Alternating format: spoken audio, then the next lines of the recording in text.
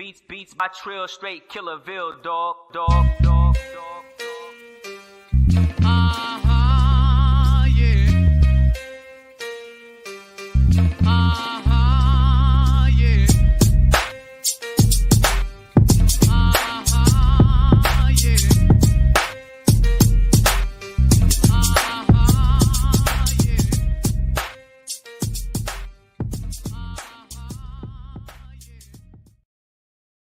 Hey, what's good? We are back. Yours truly, one and only Paul Pickett, host of the Paul Pickett Podcast, aka Triple P, aka the Common Sense Podcast, your source for music, sports, politics, world events, and much, much more. We're gonna take y'all back into another BKFC interview. This guy actually started out in kickboxing, and I hope I ain't pronouncing this wrong. Sancha fighting. He'll correct me if I'm wrong.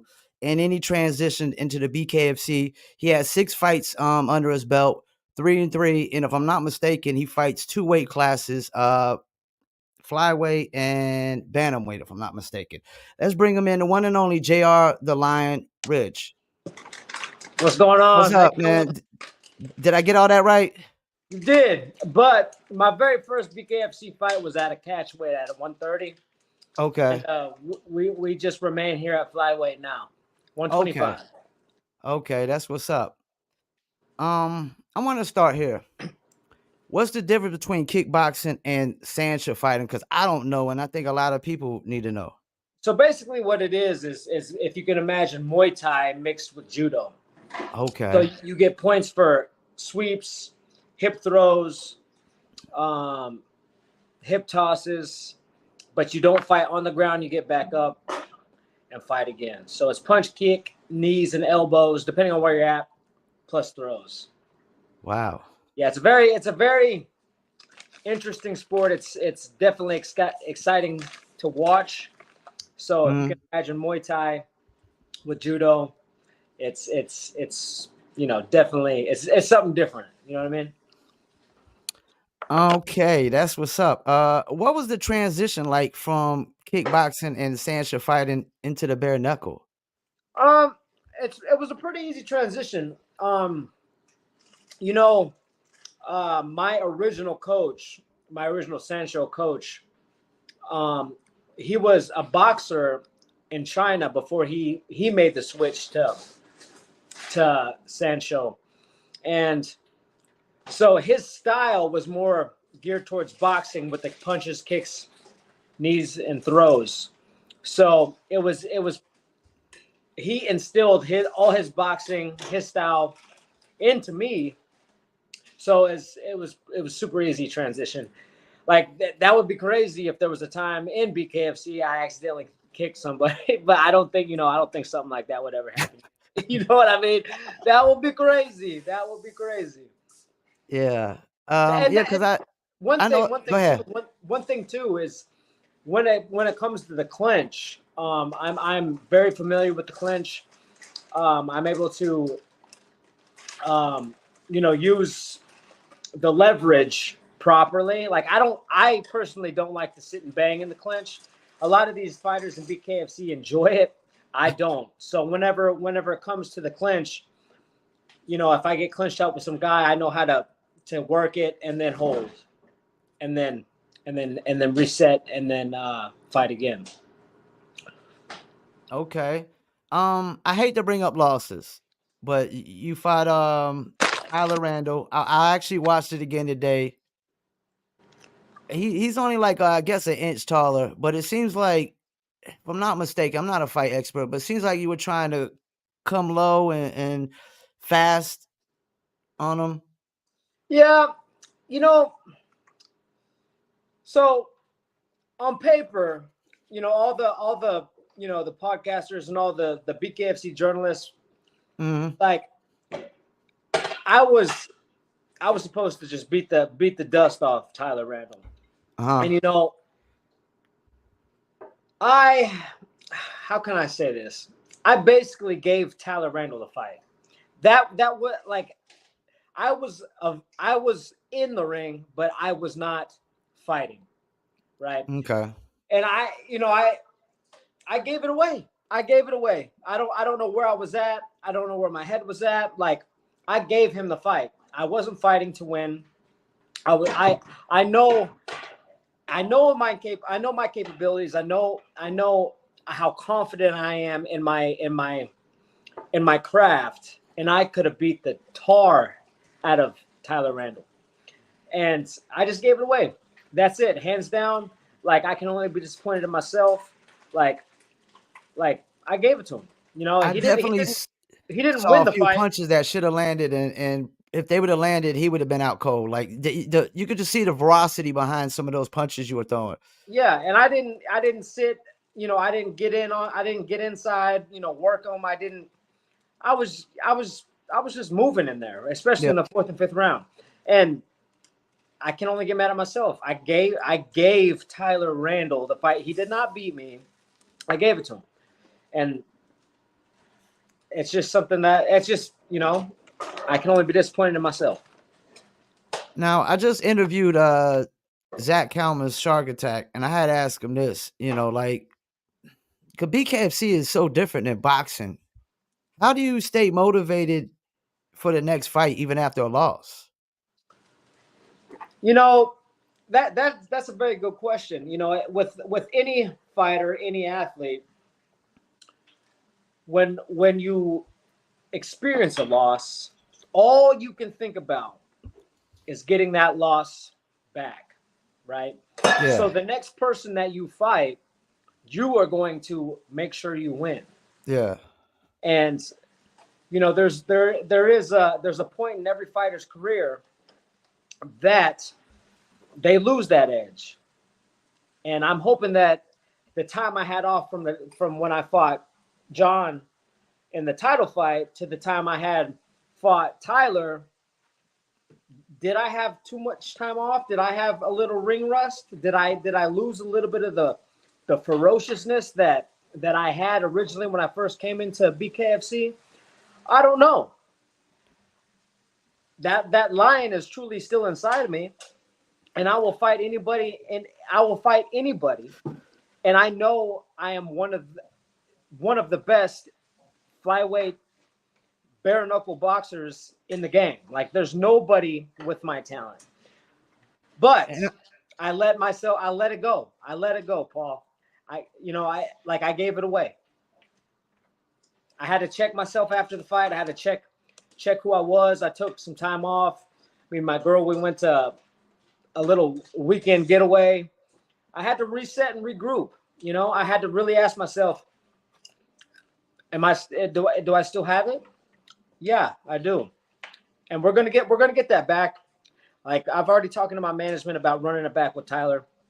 So we'll definitely make it happen. I think when we interviewed Redneck, he kind of was saying like something about how some of the fights be spaced out too long too. Yeah, I 100%. Like, yeah, for each fighter, like they gotta wait so long to get that next fight because there's so many fighters in BKFC right now. So many fighters in BKFC right now, which is good. Yeah. But what some of these guys like myself, Dave Mundell, Zach Helmus, you know what I'm saying? Other guys that have been that have built a name in BKFC in their weight classes, like, we need to stay busy as possible throughout the year. Yeah. Like, it's not just, fight, have a few months off. Sometimes some of these guys, they're not fighting for a year. Like, Dave Mundell is a champ in the middleweight class. Good friend of mine. His last fight was, who did he fight? It was it's been a while, right? It's been a while. Yeah. Word on the streets is that he's going to be fighting overseas. But the thing is, like, the champ, Dave Mundell, it's like he should have already fought in 2024. Yeah, he's actually my favorite. Yeah, Dave Mundell is damn good guy. One of my close friends. You know, we've trained together for ever since I got back in the game, like 4 or 5 years ago here in Clearwater area. I live out here in St. Pete now, but I see him on a regular, and he was one of the guys that actually, like,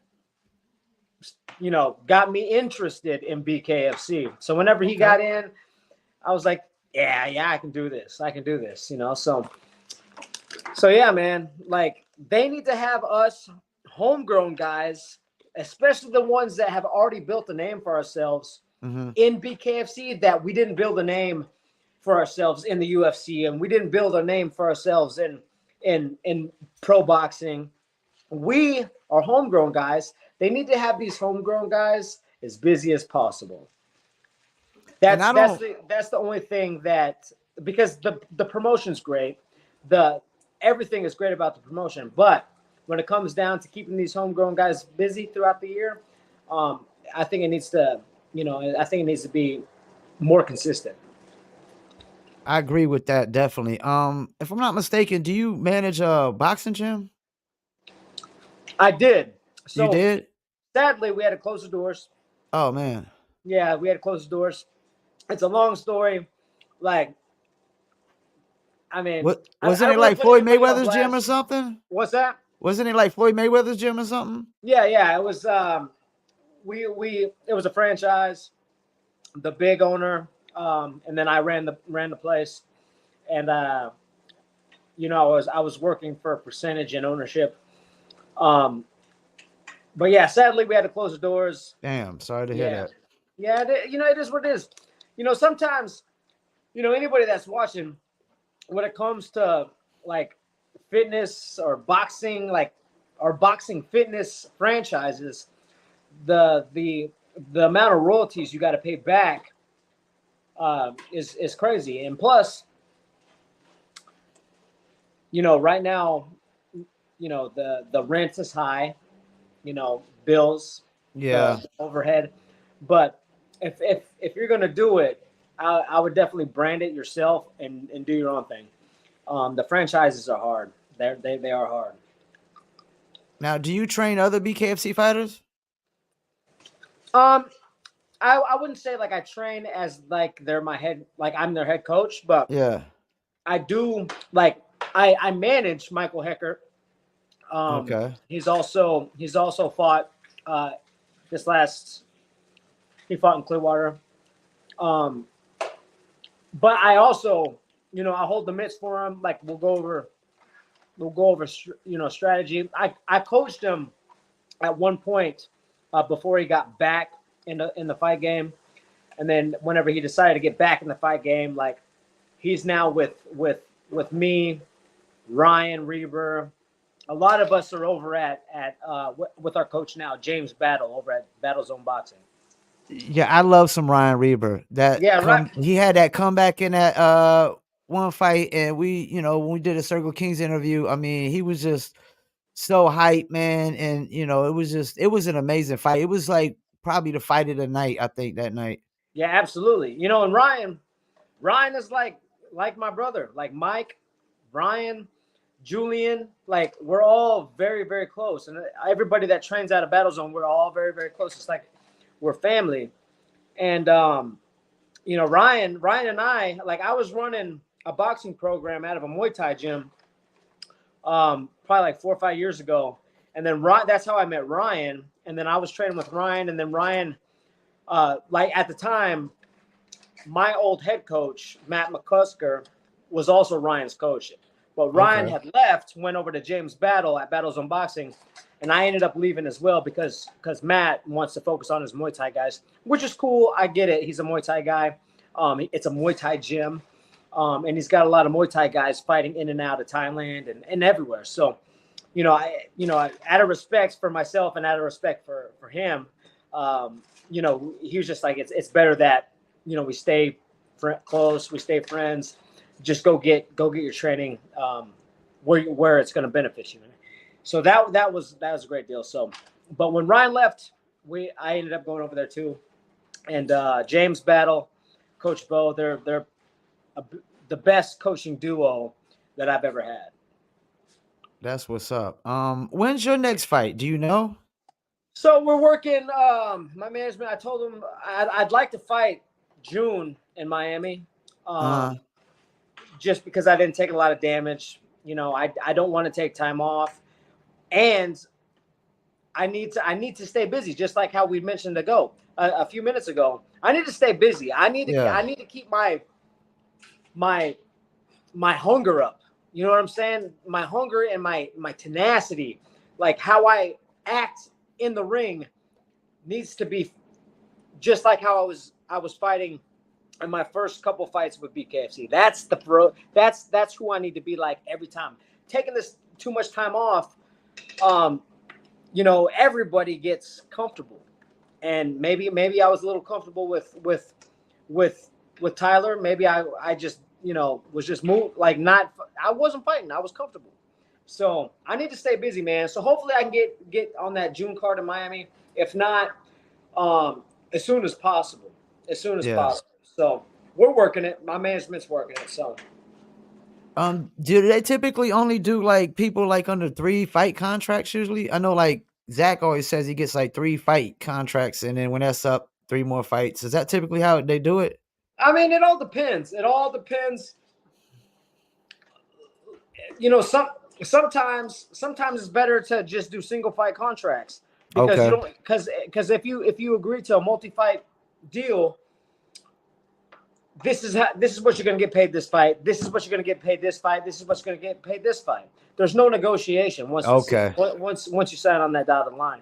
So it all depends. It all depends on, you know, who you are, and what you know, how you want to approach it and how your management is. So either way, if you agree to a multi-fight deal, the most important thing is obviously negotiate second and third fight purse before you sign. You know what I'm saying? So don't like take a, you know, sign on the dotted line and then you fight Chad Mendez and you're only getting paid peanuts. You know what I'm saying? Because you signed for it. Yeah. You know? So yeah, so it's very important to consider that for sure. And I noticed like some fights they don't let go on because of like the Redneck Mundell and Mike Perry. Like Redneck want Mike Perry forever. I've heard like it has something to do with like followings and stuff like that. Like they want certain fighters that have certain followings, but I think a lot of the fans would want that fight. Yeah, absolutely, and the fans do want that fight. But when it comes to a fight game, to the fight game, and also the fastest growing promotion, they have to look at it at a business standpoint, and which I get. You know, Mike Perry is a big name. He's got charisma. He's got the way Mike Perry. He's a character. He's a character, and he's a hot character for the business, right? So Dave Mundell would beat him. Okay, Dave Mundell would beat him. I'm not. I agree. I'm not just saying that because he's a close friend of mine. I'm saying that because we all know he would. So if Dave Mundell beats the dust off of Mike Perry, he loses steam, and the company loses steam. So which I get. So it's going to eventually happen. Like it will happen. You know, it's just, you know, just a matter of time. It's just a matter of time. It's just a matter of time. And Dave, you know, Dave's one of the homegrown guys that should be as hot as Mike, which, you know, I don't know why, like Dave should have been, they should promote Dave quite often.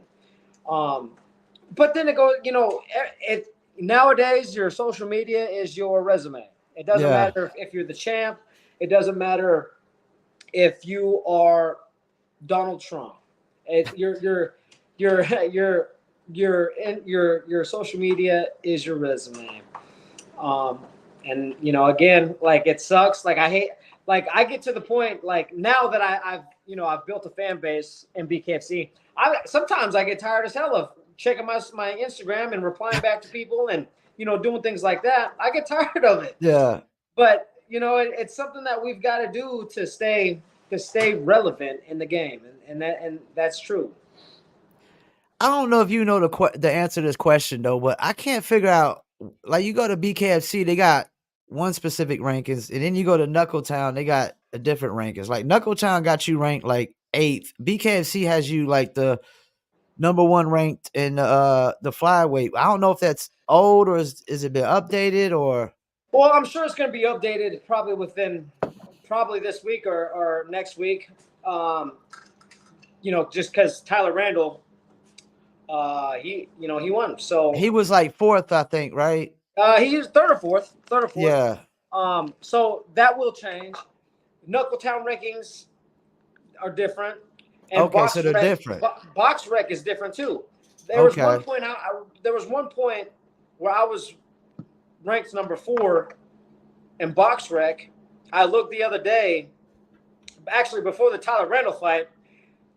Now I'm all the way down to like 9 or something. 9th. That's a far drop. It doesn't make any sense. Yeah. So what I go off of is the rankings of where I'm fighting, who I'm fighting for. Who you're fighting. Yeah. Who I'm fighting for. I fight for BareKnuckle. I fight for BKFC. Whatever their rankings are, that's where I'm at. Yeah, that's where you rank. Yeah, that's it. Because I'm not fighting for BYB or BKB. I'm not fighting for Valor. I'm fighting for BKFC. So if their rankings, they have me at number 1. Regardless, I was number 1 because I was number 1. Yeah. But now since Tyler won, it'll probably bump me to probably number 3. You know what I'm saying? And Rambo will probably go up to number 1, right? Probably Tyler.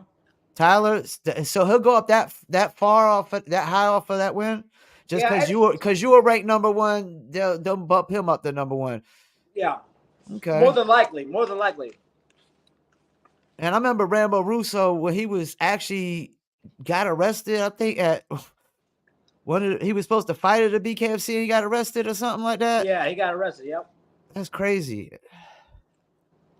Yeah, because we interviewed him too, and he's definitely he's only 2-0, but it seems like they trying to push him kind of heavy too. It seemed like. Yeah, it seemed like, but I don't know, man. I think I don't want to talk bad about any fighter. I respect everybody, but that's something like that's just not a good look for you as a professional, and it's not a good look for the organization. No, it definitely wasn't. It definitely wasn't. So I mean, and with Rambo, like even with Tyler, I gave him that fight. After I fought Tyler, Rambo got on his social media talking trash. I'm not one to clap back because I'm a respectable professional and I know who I am. But for him, I had no beef with Rambo before.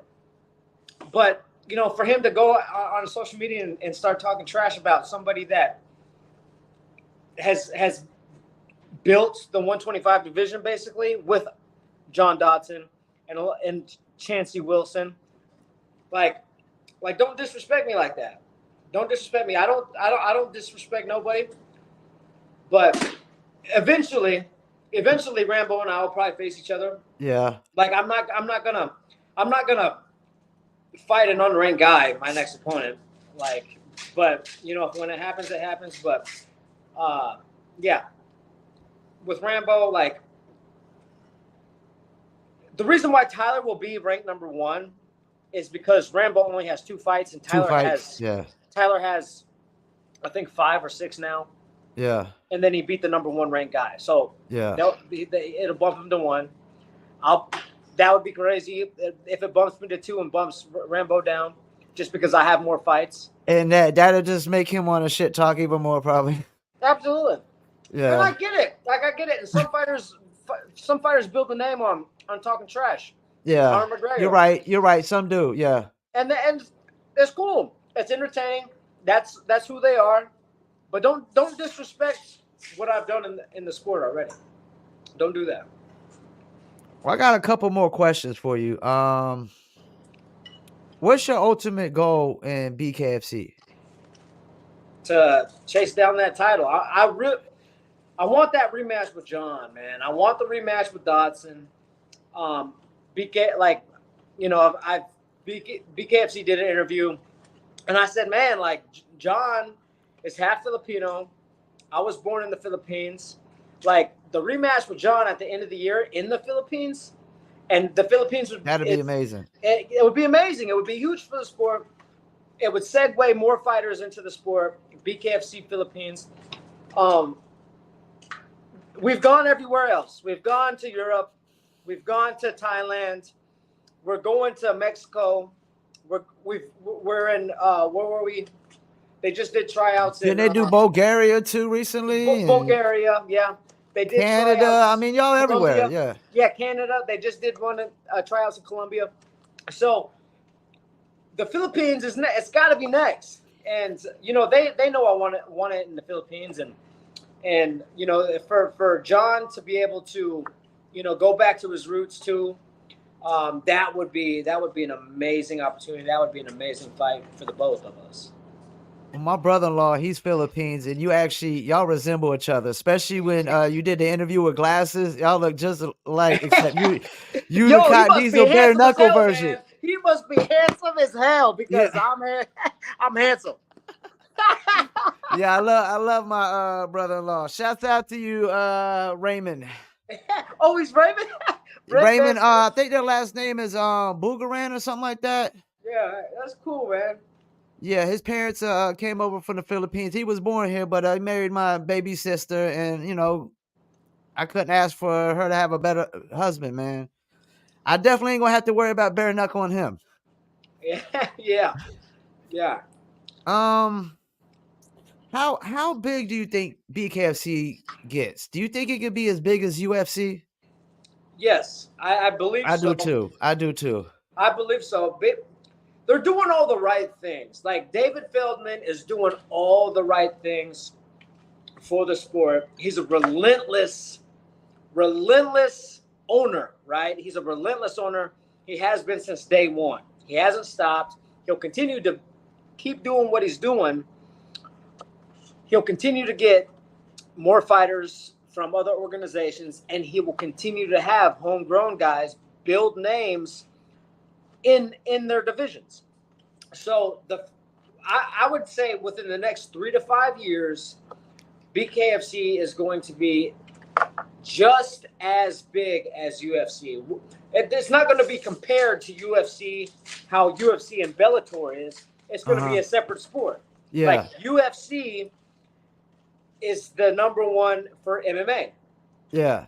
Like BareKnuckle within 3 to 5 years, it's just going to be a regular sport. Like it's not going to, like when people say BareKnuckle, like other people are like, oh my God, BareKnuckle. Like within 3 to 5 years, when people say BareKnuckle, they're going to be like, yeah, like it's going to be like a regular conversation about a combat sport.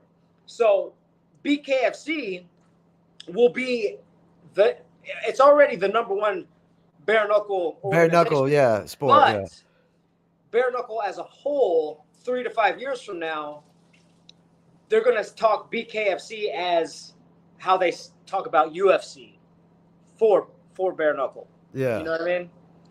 And I noticed y'all like kind of provide a second shelf life for like fighters like from UFC and boxing to come over to BareKnuckle and like with Austin Trout, have a second career in doing the BareKnuckle sometimes when they kind of fizzle out of boxing or something else.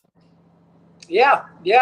And we've seen it already. It's happened, Chad Mendez, who else? Eddie Alvarez, some big names in UFC. It's only an amount of time. An amount of time. I believe that David Feldman will get Conor McGregor to do a BareKnuckle fight before Conor officially hangs it up. Yeah. And does his thing. I have a feeling that it will happen. And that'll be big for the sport. That'll be huge. That'll be huge. And Conor said so himself on an interview that he would do it. He's not opposed to it, Yeah. So probably gotta have the right money though, right? The right money, right? Yeah. And then the right time. Yeah. Like I believe Conor, like he's scheduled to fight, what's his name in the UFC soon, and now he's doing movies. So it's only a matter of time to where Conor's like I'm done with fighting. But David Feldman, like, if you want to give me some cash, I'll do one bare knuckle fight, help you build the sport, and then call it out. Peace out. Peace out. And that alone would help propel and boost the sport. That'll bring so many eyeballs to it, that don't know about it just yet, because like you said, it's not totally mainstream, but it's right there. I mean, it's scratching the surface, not about to kick down the door. I got one last question for you, and I actually came up with this question myself. What do you think makes like bare knuckle fighters different than the average person? Like, y'all like so fearless, and the average person is just like, I think, full of fear. Bare knuckle guys, bare knuckle fighters, I wouldn't say we're completely fearless, because a fighter that is completely fearless is BS. Yeah. Okay. I would say that it's the love of the sport. It's the love of what is in our blood, of whatever combat sport we grew up in, and what we're, the opportunities that we have now with bare knuckle. It's the love of what we do, and it's the love of what God has blessed us with. That's what makes us different than a regular person when it comes to bare knuckle, because there's other fighters that are like, no, I will never do bare knuckle. But the guys that are coming over and building a name in bare knuckle, it's the love of the sport. It's the love of the pureness of the fight sport. Yeah. I know when we interviewed Chris Lido on the Circle Kings, he actually said at first he thought it was crazy because there was some UFC cat that was doing it, and he was like, that sounds ridiculous. And then he saw it, and he was like, sign me up. Right. That's exactly what happened to me. Yeah. Whenever I cornered Julian Lane in the Bostwick fight with my old coach, I was like, this is not that bad. Yeah, it's not what people think. They had the wrong perception maybe at first. Yeah, exactly. And at the time, like, they were in the process of bringing in the 125ers. And then I was like, this is not that bad. Like, I'm in it. Like, bring me back. I'm back in it. So that's what got me. Whenever I saw it, I was like, this is not that bad. Well, I know they call you the Lion, but I gotta say, you fight like a bulldog, man. You like a bulldog in there, man. Especially when you and Chancey were going at it. Y'all like two bulldogs going at it, man. Yeah, that was a good fight. Chancey, that was I would probably say that was one of my most favorite fights in BKFC. That's what's up. Well, before we go, anything you want to shout out, man? Shout out my sponsors, St. Pete Cryo, Elite Body Cryo out here in St. Pete, Wicked Muay Thai, making me the best shorts in the game, always keeping me laced up. Secret Tattoo Shop here in Tampa. They do all my tattoos. They do a great job. Excelicor Real Estate. If you're looking to buy a house in the Tampa area, my boy Jeremy Rickard, he's the man to talk to. And all the fans that have reached out after this fight that said, you didn't lose that fight, and all the people that have supported me along the way. I appreciate all the love. Well, I'm gonna continue to support you, man, and definitely tell my man Dave Redneck Mandel that P said what's up, man. Yeah, I sure will. Like, he's definitely my favorite guy. And make sure y'all follow JR the Lion Ridge on Instagram at JR Ridge, man. I appreciate you coming in. Anytime you want to join the podcast, man, please do, man. Absolutely. Thanks for having me on, bro. All right, peace. Peace. Once again, another BKFC interview. One and only JR the Lion Ridge. Stay tuned.